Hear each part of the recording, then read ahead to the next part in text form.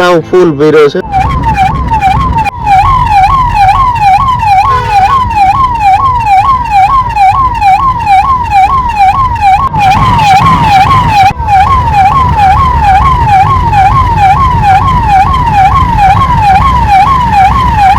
એની સારવાર ચાલુ થઈ ગઈ છે. નહીં પડતો હું એને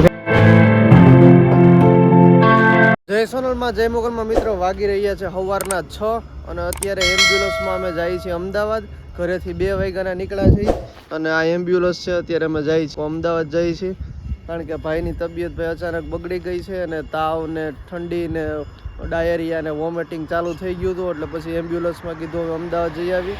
અત્યારે ઘડીક રસ્તા ઊભા છે, ભાઈને બતાવું ભાઈની અત્યારે હાલત કેવી છે. જય મોગલમાં જ્યોતિભાઈ જય માતાજી. જય મોગલમાં. હવે કાલ સાંજે આપણે એવું થયું સ્થિતિ કાલ સાંજની તબિયત બગડી ગઈ છે ને અત્યારે ડાયરિયા હતા, તાવ હતો અને એકંદરે આમ છે ને વાયરલ જેવું હતું, વાયરલ જેવું ઠંડી આવતી હતી. તો કીધું આપણે અહીંયા સારવાર કરવી ને આ સ્થાનિક લેવલે એના કરતાં આપણે અમદાવાદ જઈએ કારણ કે પેલું એક્સપિરિયન્સ છે મારું.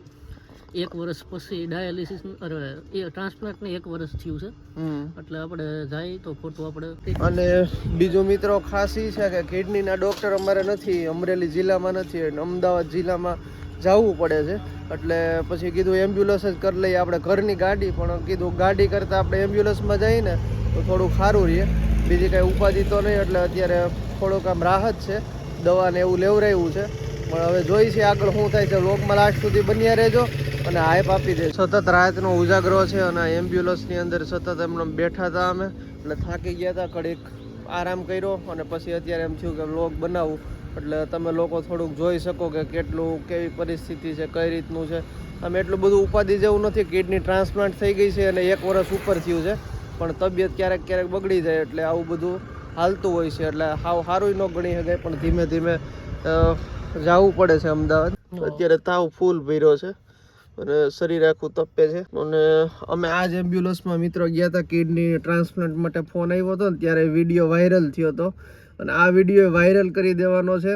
જેટલો બને એટલો શેર કરજો અને પ્લીઝ તમને વધારે તો નથી કેવું પણ હાઈપ આપી દેજો કારણ કે આ બધું એવી વસ્તુ છે ને આમાં છેલ્લા ઘણા વર્ષોથી જઈ કિડની ટ્રાન્સપ્લાન્ટ થયું ત્યારબાદ એની પહેલાં ડાયાલિસિસ હતું, એ બધું તમે આપ બધા તો જોયા જ હશે મારા અગાઉના વિડીયો. એટલે આવું છે ભાઈ, રાતનો ઉજાગરો છે અને હજી અત્યારે પણ ઊંઘ આવે છે, આરામ કર્યો તોય પણ છતાંય અત્યારે ધીમે ધીમે રેસ્ટ કરી અને નીકળીએ છીએ. પપ્પાને ડ્રાઈવર છે એ ચા પીવા ગયા છે અને પપ્પા અમારી હારે વાસનગર. પપ્પા અહીંયા બેઠા હતા આગળ અને ભાઈ અહીંયા સૂતો છે પ્લસ હું અહીંયા બેઠો છું અને નીરવભાઈ ને એ અત્યારે ઘરે છે બધા અને સવારના 6:15 જેવું થયું છે અને બગોદરા પહોંચવા આવ્યા છે.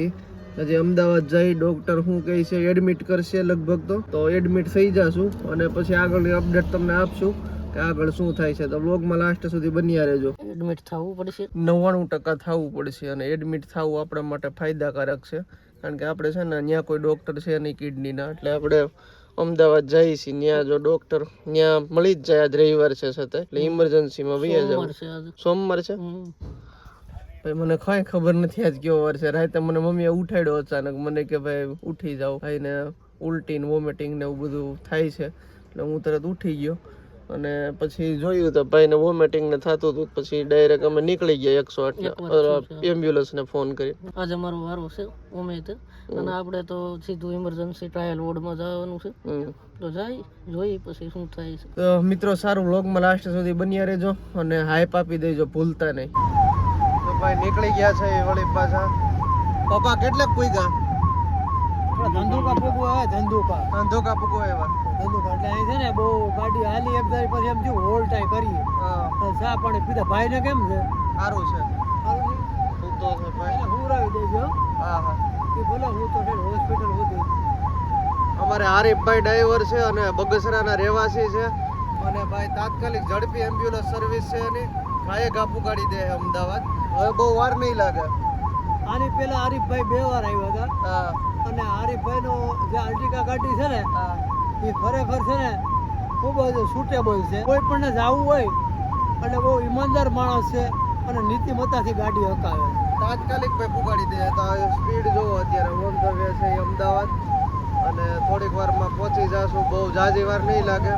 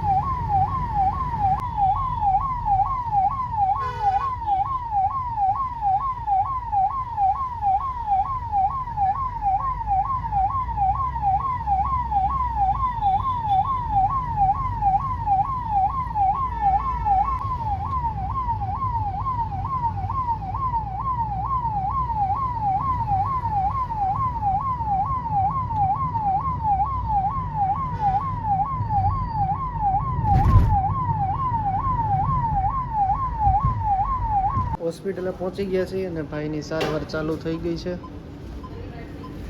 સારવાર ચાલુ થઈ ગઈ છે પપ્પા. અને હું ઘડીક આવ્યો છું બહાર અને હવે તો હજી કંઈ દાખલ થવાનું કે એવું કાંઈ નથી કીધું. એમ નહીં પડતો હું એને કંઈક સેમ્પલ લીધા છે. સેમ્પલ લેવાઈ ગયો. સેમ્પલના રિપોર્ટ આવે તે પછી ફાઇનલ હજી રિપોર્ટ આવે ને પછી ડિસિઝન કરશે, દાખલ કરશે કે 99% તો એડમિટ કરશે, પછી તો ખબર નહીં. ભાઈ એમ્બ્યુલન્સમાં ગારો એટલો બધો ઉડ્યો ને આમ જો ખરાબ થઈ ગયા છે કપડાં.